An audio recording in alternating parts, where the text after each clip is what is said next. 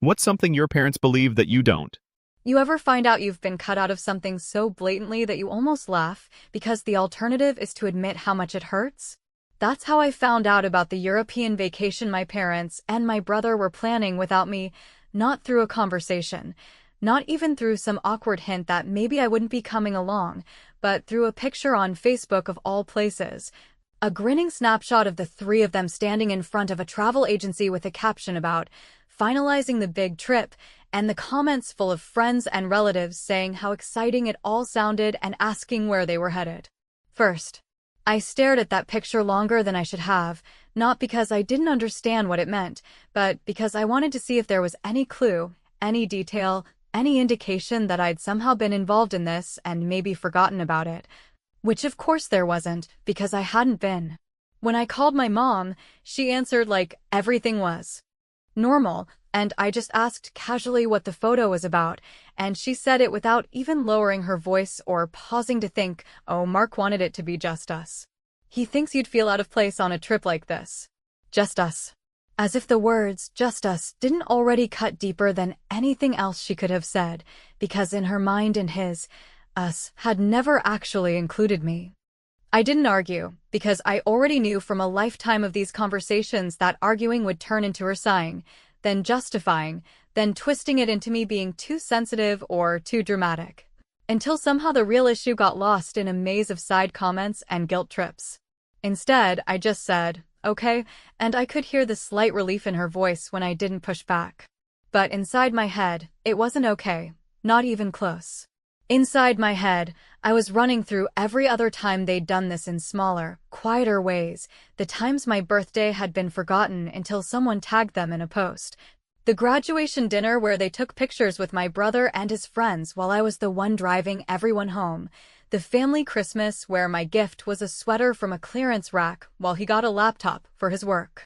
What hit me the hardest wasn't even the exclusion itself. It was the casual way they delivered it. The way my absence wasn't a loss, but a convenience, like I was an extra chair at the table they didn't need to set. I thought about the years I'd spent trying to make myself easy to have around, the unpaid favors, the showing up for every event, the quietly helping with their bills when things got tight, and how none of that had translated into actually being part of the core group in their minds. They always said, family comes first, but what they meant was that their version of family came first, and my role was to support it from the outside without asking for a seat in the middle. After I hung up, I sat in silence for a long time, because it would have been too easy to call a friend and vent about it, to get the immediate validation that yes, they were being selfish, and yes, I was justified in feeling hurt. But I didn't want validation, I wanted a plan. Because if there's one thing I've learned, it's that people like my parents and my brother don't suddenly wake up one morning and decide to treat you better. They change when it costs them more not to. And I realized, sitting there with my phone still warm from the call, that I had a lot more leverage than they probably remembered. For years, I'd been quietly covering certain things for my brother under the banner of helping him get on his feet, little expenses at first, then bigger ones, and eventually one particular expense that he absolutely could not function without. It wasn't even something I thought about much anymore. It was just one of those automatic payments that left my account every month, the kind of thing you forget about because it becomes part of the routine. But the more I thought about that picture, about just us, the more I started mentally tracing the threads between what I paid for and how much of his life depended on it. And somewhere between replaying my mom's voice and thinking about the years of swallowing my frustration, I felt that shift, that quiet, almost dangerous calm that comes when you realize you don't have to yell, you don't have to beg. You just have to start moving pieces they didn't think you'd ever touch. I didn't say anything to them, because the first rule of getting real payback is not warning your target. You let them feel safe, you let them think they've gotten away with it, and then you make your move when they least expect it. So I responded to my mom's last text that day, something about sending me photos from the trip, with a thumbs up, and I started pulling up my bank statements. I scrolled until I found it, the line item that had been sitting there for over 2 years without question, the one that had his name written all over it even though the account was in mine. And that was the moment I knew exactly where to start. I didn't delete the Facebook photo, didn't make a passive-aggressive post, Didn't even tell anyone what I was about to do. Because this wasn't about making noise. This was about making them feel, in the most inconvenient and undeniable way possible, what it's like to be excluded from something you've been holding up the whole time without anyone noticing. And if they wanted just us, then fine, they could have it. They just wouldn't have me holding the safety net anymore.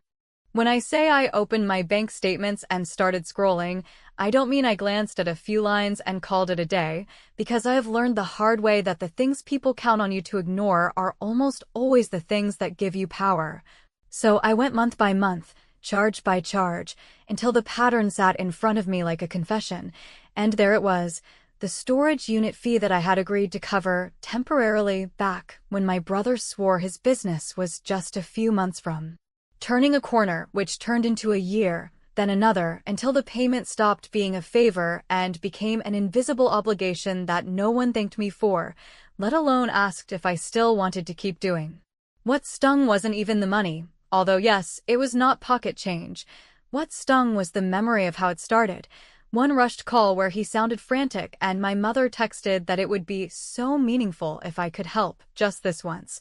Because they were all tapped out and the inventory would be ruined if it had to sit in a garage, and I said okay because that is what I do. I solve problems before they become disasters, and in our family that has always been my role even when no one calls it that out loud. I pulled up the original email trail, because I save everything even when I pretend I don't, and I found the digital agreement, the automatic payment authorization, the confirmation that the account was under my name even though every box stored inside belonged to him, and I just sat there thinking how perfectly that summarized my relationship with these people. Me holding the contract and the liability and the late notices, if they ever came, while he got the convenience of a climate-controlled unit where his dream could sit safely and wait for the day the market finally respected his vision. And yes, I put those words in quotes on purpose, because I have heard them more times than I can count. The next thing I did was call the storage company, not to make a scene or tip my hand, but to learn the rules, because if you want to change a game you have to know exactly how it's played. And the woman who answered sounded cheerful in that customer service way that makes you want to lower your voice and choose your words carefully, so I did, and I asked very normal questions about the account, about who had access, about what would happen in the event of a missed payment, and whether the person paying had the right to revoke access, and whether notices go to the account holder or to anyone listed as an authorized user.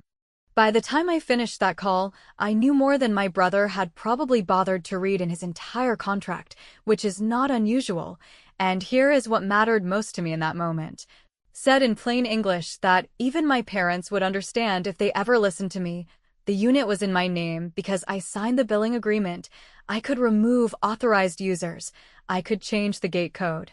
And I could cancel the auto pay with one short message, and if no one paid within a set grace period, the company would assess a late fee, send a notice, and begin a process that, if still unpaid, eventually leads to a lock cut and an auction, which would be dramatic and ugly and absolutely not my goal, because I am not trying to destroy him. I am trying to teach people who only learn from consequences what consequences feel like. The woman even volunteered that lots of small business owners use units like this and forget where the responsibility sits until a card declines, and I thanked her like this was a hypothetical, then hung up and stared at my screen for a long time, because understanding that you hold the lever is one thing and deciding to pull it is another, and I wanted to be sure that when I acted, I would not hesitate or second-guess myself the moment my mother's voice started wobbling on the phone. I thought about the vacation again and that phrase, just us, and how my mother had said it like my exclusion was a kindness, like maybe I would have been uncomfortable in hotels or tired of walking or bored by museums. Which is such a convenient story when the real reason is that they wanted a family photo where I am not in the shot, and they did not want to deal with how that would look if anyone asked why, and in that strange calm you get when a decision finally settles into place. I wrote down a plan on a sticky note because I did not want this to live in my head where guilt could chew it up. First, end the auto pay. Second, remove authorized users who are not me. Third, wait. And do not answer texts that pretend I am overreacting or misremembering. Fourth, if they escalate, Keep all communication in writing and do not rescue them from the inconvenience they created. It felt almost clinical laid out like that, but the truth is I needed it to feel clinical, because every time I bring feelings to a discussion with my family, they use them like mud, and everything gets slippery until I am apologizing for wanting basic respect. Before I hit send on the message to the storage company, I opened my budgeting app and scrolled through the other places my money had quietly softened the edges of my brother's life. The freight costs I covered, just once. The supplier payment I floated when a check was in the mail. The social media ads I ran on my card because it's easier to track. And what I realized is that people who count on your silence will always push 1 inch farther each time you absorb the hit. Which is why the storage unit mattered most, because it was not symbolic, it was structural. It was the backbone that kept his half-baked operation from collapsing every time he fumbled a deadline. And when you pull a backbone, the body has to learn how to stand or it falls. And while I am not rooting for a fall, I am done being a secret spine that no one thinks. I typed the email to cancel the automatic payment and confirm that any notices should come to me as the account holder, and I kept my language firm and boring, the way I talk to banks and vendors when I do not want a conversation, just an action. Then I read it twice to make sure there was no apology hidden in a line I would regret later, because I have a bad habit of softening the edges so no one can accuse me of being harsh, and I did not want soft today. I hit send, put my phone face down, and waited to feel either relief or panic, and what rolled over me instead was something closer to steadiness, the kind you feel when you finally stop bargaining with people who have shown you who they are. I wish I could say I did not think about the inventory stacked in that unit, or the orders he might have to delay, or the customers who would be annoyed, because I did think about those things, and part of me wanted to rationalize calling him to warn him, to give him a head start so he would not be blindsided, and that is exactly the part of me that has kept this dynamic alive for years. I made coffee instead, turned my phone on silent, and let the clock do what clocks do when you stop sprinting to save other people from their own choices. By late afternoon, I had a confirmation email from the storage company, polite and efficient and final, and a second message noting that access settings had been updated per my request, which sat in my inbox like a line drawn in permanent marker. And I knew that the next move was not mine, which was the point, because for once I was not going to run into the street to block the car. I was going to let it hit the speed bump and see who climbed out to look for the person who installed it. I put my phone face up again and watched the screen light with my mother's name, then go dark, then light again with my brother's, and I did nothing, because this time the lesson starts with my silence, and it ends when they understand that justice cuts both ways. The first sign that my decision had landed exactly where it needed to land was not some dramatic confrontation in a parking lot or a meltdown on speakerphone. It was a voicemail from my mother that started in her polite voice and slid, almost without friction, into the tone she uses when she thinks I have forgotten my place. A message where she said she hoped I was doing well and then, as if the thought had just occurred to her, asked whether I had noticed anything strange with the storage unit. Lately, because your brother is saying his code is not working and the front office says the account holder made changes, and there was a long pause where she waited for me to jump in even though I was not on the line. And then she added that it sounded like some kind of administrative mix-up that the receptionist would fix once she talked to the right person, which I understood as the opening move in the same old dance. The one where I am promoted from invisible helper to emergency contact only. When something they built on my back starts to wobble, I let the voicemail sit, because I wanted them to feel that gap between the moment they decided I did not matter and the moment they discovered that I mattered more than they ever allowed themselves to admit, and I knew that if I called back, I would be pulled into the story they tell themselves about me, where I am useful but never central, and that story had just lost its narrator.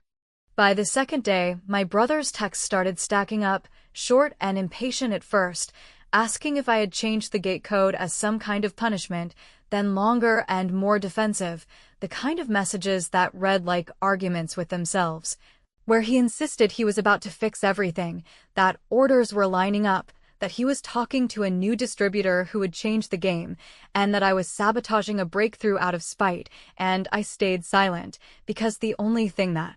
Ever disrupted this pattern was my refusal to participate in it, and the longer I stayed quiet, the more he revealed, like a person banging on a locked door who starts shouting the secrets they never meant to say out loud. He finally admitted that he had promised a handful of clients delivery dates he could not meet without pulling inventory that was now behind a keypad he could not open, and he hinted that if I really cared about family,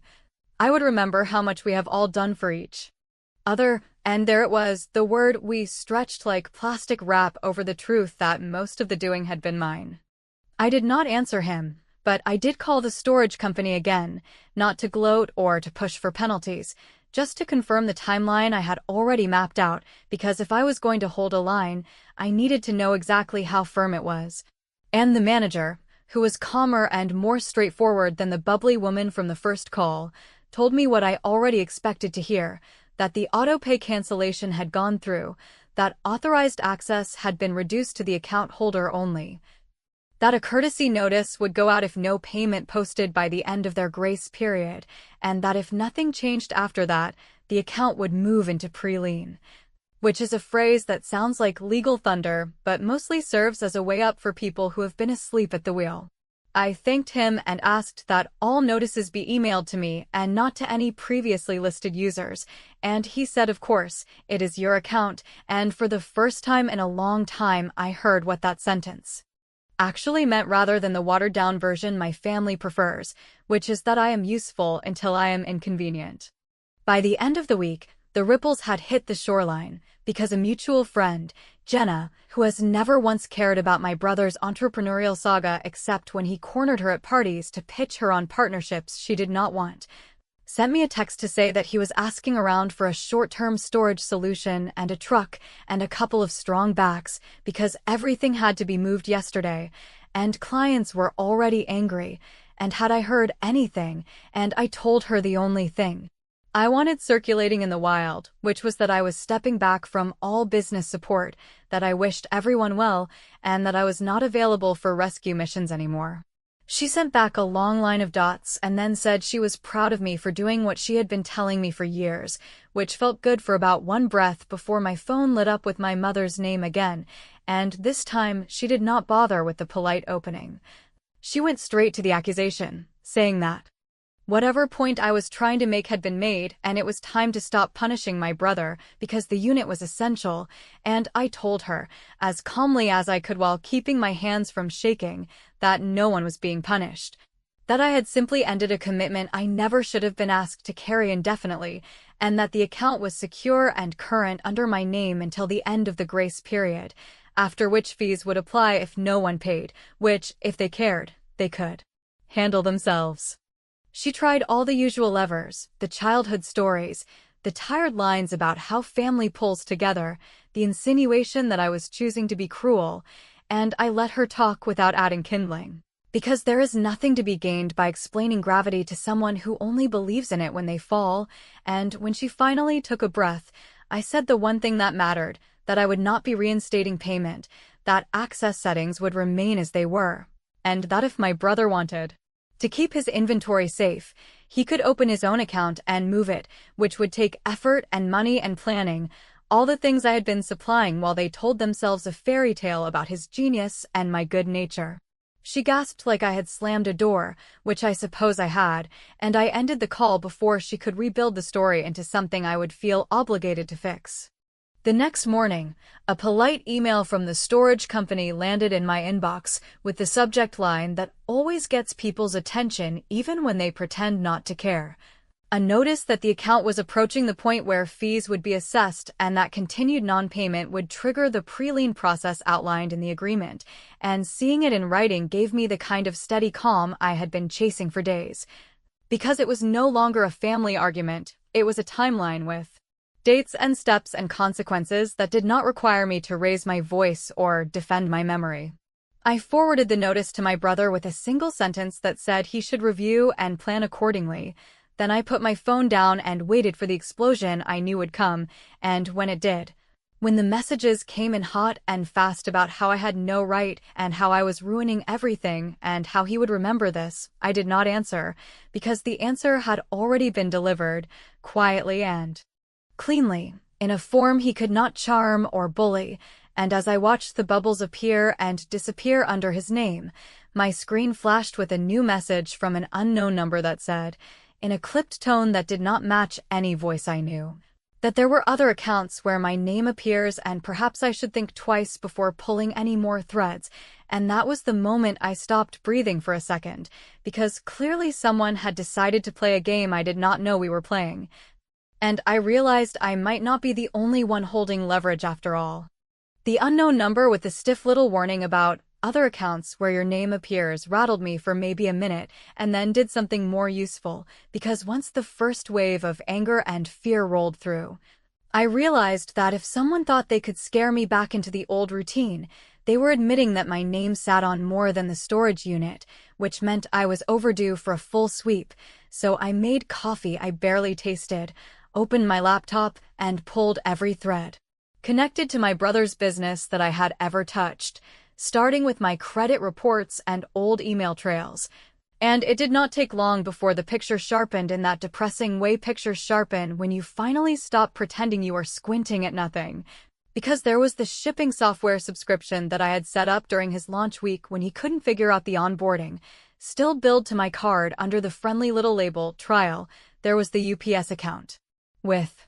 my legal name as the primary contact because the system had rejected him for a mismatch and we just needed to get labels out that day. There was the returns P.O. box I had opened years back when he was working from an apartment and didn't want customers mailing packages to his front door, and, worst of all, there was a state sales tax registration from the early scramble that listed me as the responsible party because I was the one who could sit on hold long enough to push it through while he ran around promising people delivery dates he couldn't meet. It was all there in tidy little confirmations that looked benign until you read the lines that actually matter, the ones about liability. The ones about who gets the notices when someone else forgets to do basic things like file. You do not undo a mess like that with a dramatic speech. You undo it with dull, boring steps that leave fingerprints in systems instead of on hearts. So I started at the top and worked down, canceling the shipping software by revoking my payment authorization and deactivating my admin login, which immediately turned every connected store into a blinking red warning he would have to face without my password. Then I called the shipping carrier and changed the account to reflect that I was no longer willing to be financially responsible for any pickups, labels, surcharges, or claims. And while the rep was on the line, I removed all saved payment profiles and set the contact email to mine only long enough to receive the closure confirmations before switching it back to a neutral address he would have to replace. Then I submitted a USPS form to stop accepting parcels addressed to his business at my box and scheduled the box to be closed at the end of the paid term, sending myself the receipt. Because pieces of paper with timestamps are a gift when people pretend you are hysterical. None of it felt flashy or cinematic, which I liked, because I did not want drama, I wanted friction, the kind that grinds loud enough that the people who float through life on other people's effort finally hear how much their comfort costs. The state registration was the one that made my hands shake, not because I didn't know what to do, but because I finally admitted what could have happened if anything had gone sideways while my name sat in that slot.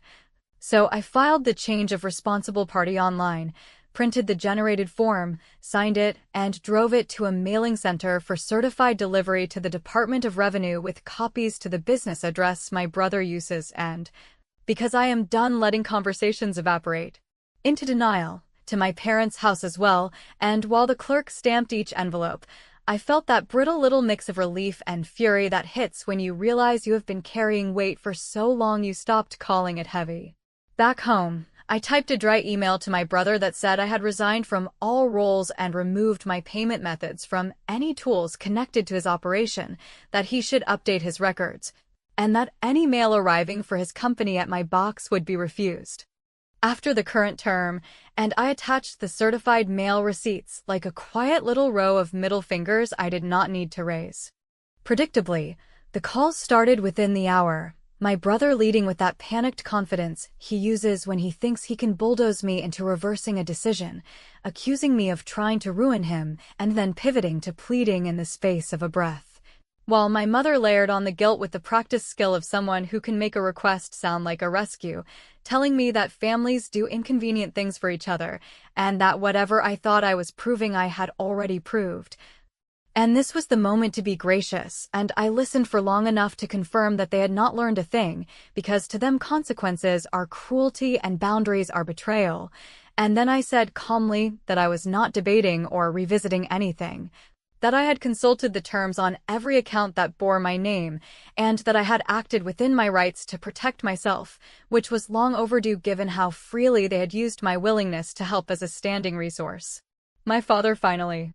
got on the phone, which is rare because he hates being the messenger when the message is not praise, and tried a different angle, saying the European trip was being postponed because the timing isn't right. And if I heard that as some sort of apology, then perhaps we could sit down and clear the air, and the part of me that still wants to be invited into rooms I paid to light flickered for half a second before I recognized it for what it was: a rerun with new packaging. The next morning, while my phone was still face down to save me from the temptation to pick the scab, an email arrived from a state compliance officer acknowledging receipt of my change filing and, in the same breath, requesting a simple records review given the transition, a review scheduled not far out at all, a polite little appointment that would require my brother to produce basic documentation he never bothered to keep tidy.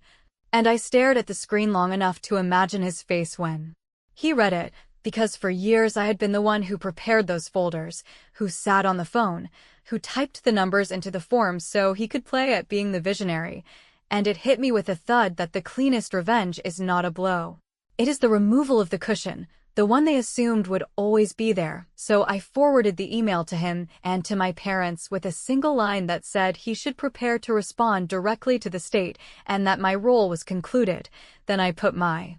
phone on Do Not Disturb and went for a walk without music so I could hear my own thoughts without their voices buzzing in the wires.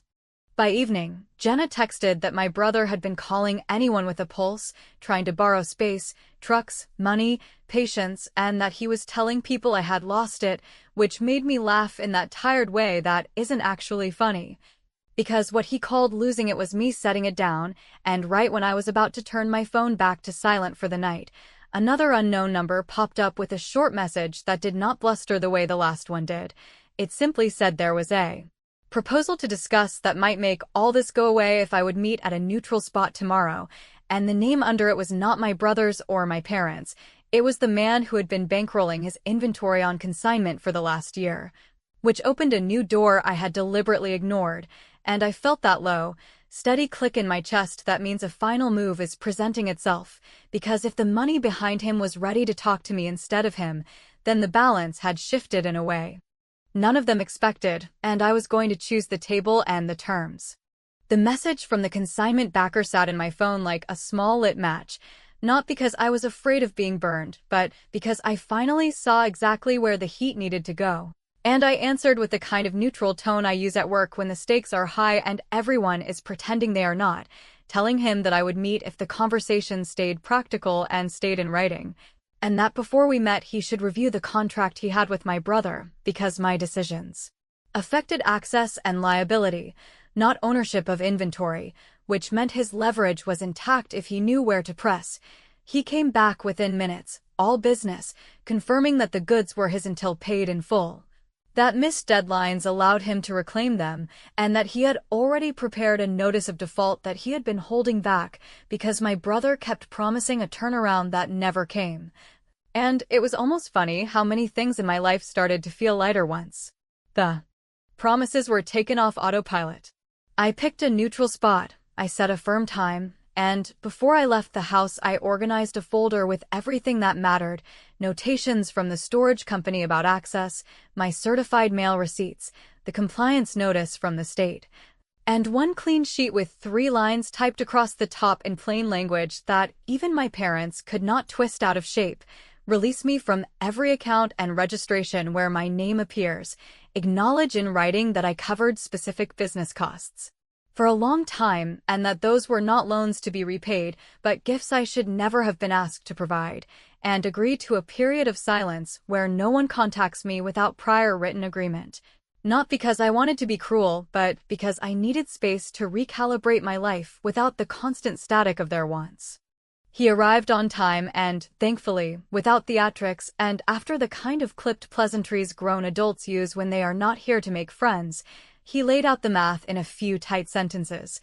explaining that he had floated inventory on Faith and was now done with Faith, that he knew I held the gate to the unit and could set the timeline for access, and that he wanted a single window where his team could come in with a documented list and remove anything listed as consigned stock. Because if he waited for my brother to cooperate, he would be waiting until some future that always turned out to be next week. I told him that I would authorize that window if two things happened in a specific order. And I slid my clean page document across the table because I was done with handshakes and half-remembered calls. He read it fast the first time and slower the second, asked a few clarifying questions that made sense, and then he asked the only question that mattered to me, which was whether I was looking to hurt my brother or just to be done carrying him, and I said plainly that I wanted them to learn how to live at the correct weight, which meant I would not be loaning out my spine anymore. He agreed to coordinate directly with the storage company under my authorization. He agreed to timestamp the entire removal with photos and an inventory sheet that would be emailed to all parties. And he took a picture of the compliance notice on my phone because he said it would save him a week of my brother's excuses. I texted the storage manager while we sat there, setting a narrow access window that fit around my workday and allowed his team exactly what was needed and nothing more, and I included the instruction that any attempt by anyone else to enter the unit outside that window should be denied, which meant my brother would have to watch the consequences show up on a schedule that did not wait for his comfort. Before we stood, the backer asked if I wanted to be there during the removal, and I told him no, because this was not my circus anymore, and I left with that folder tucked under my arm like a line I would not cross again. Predictably, the tremors hit within hours, my mother calling first with a wounded voice about how the backer had blindsided them, as if business partners are supposed to be therapists, and my brother sending a string of messages that swung from bargaining to threats and back again, capped by a "you will regret this," that would have landed years ago when I still believed my worth came from being acceptable to him, but those words rolled off me, because regret is for people who did not learn in time, and I had learned so clearly that even my hands felt steadier while I typed the only response I planned to send that day, which said that a supervised removal was scheduled, that any further access would require proof of account ownership and current payment, and that he should prepare for the state review because my role had ended and there would be no last-minute folders dropping into his lap. He tried calling then and calling again, and I let the phone ring until it stopped, and the silence that followed was not empty. It was full of every approval I used to chase and no longer needed. The removal happened exactly as arranged, a tidy surgical pull that left behind only what actually belonged to him, which turned out to be a lot less than the stories he told made it sound. And when the storage company emailed me the signed inventory sheet and the timestamped photos, I forwarded them to my parents without comment, because they deserve to see the difference between what a person says they are building and what actually sits on a concrete floor when the fairy dust clears. A few hours later, the compliance officer followed up to lock the date for the review, and I forwarded that too, and then I sat very still and realized that something inside me had unclenched for the first time in years, not because I had destroyed anything, but because I had finally refused to fund my own erasure. That evening I drove to the neutral spot I had chosen for the only meeting I agreed to grant my family, not because I was hoping for a hallmark moment, but because I wanted a table and a pen and a clock. And when they arrived already mid-sentence about how misunderstood and unfair the backer had been, I let them talk themselves hoarse until the noise ran out. And then I slid my document across the surface and said that if they wanted any access beyond what the storage company already allowed, if they wanted any flexibility or any grace from me ever again, they would sign the release, acknowledge the truth about the money without sentimental edits, and honor a silence that kept my phone from becoming a hostage. My father bristled, my mother cried, my brother muttered something about betrayal, and I waited, steady and boring and impossible to move, until the sound in the room changed from defiance to calculation, because nothing clarifies character like a deadline. And eventually the pens moved, the signatures landed, and the only thing left to decide was who would keep the copy. I walked out without a hug or a promise to talk soon, because I am done buying peace I never get to keep, and when I sat in my car and let the engine idle, the backer's final text arrived, thanking me for being unusually organized, and saying that if my brother ever managed to bring real numbers and real discipline to the table, he might get another shot, but that for now the faucet was off, and I stared at those words until they blurred because they were the first honest indicator I had seen from that side in a long time. And then my mother's name popped up one more time, and I let it go to voicemail where she tried a new script about how family is complicated and love looks different for everyone, and I did not disagree. I just did not answer, because I had already delivered my answer in actions they could not spin. When I got home, I put the signed release in a safe place, I turned off my phone, and I sat with the quiet, not the brittle quiet of waiting to be summoned, but the solid quiet of a person who finally understands that Just Us is not a club you fight to get into and the entry fee is yourself, and I thought about whether I had gone too far for about a minute. And then I remembered the photo from the travel agency and every favor tucked behind it like unpaid tabs, and I felt the kind of steady, almost boring satisfaction that does not sparkle for strangers, but keeps you upright. And if there is an open question left, it is not whether they will forgive me, it is whether they will figure out how to stand without the spine they borrowed, which is not my problem to solve anymore, and that, more than any dramatic speech I could have made, is the win I wanted.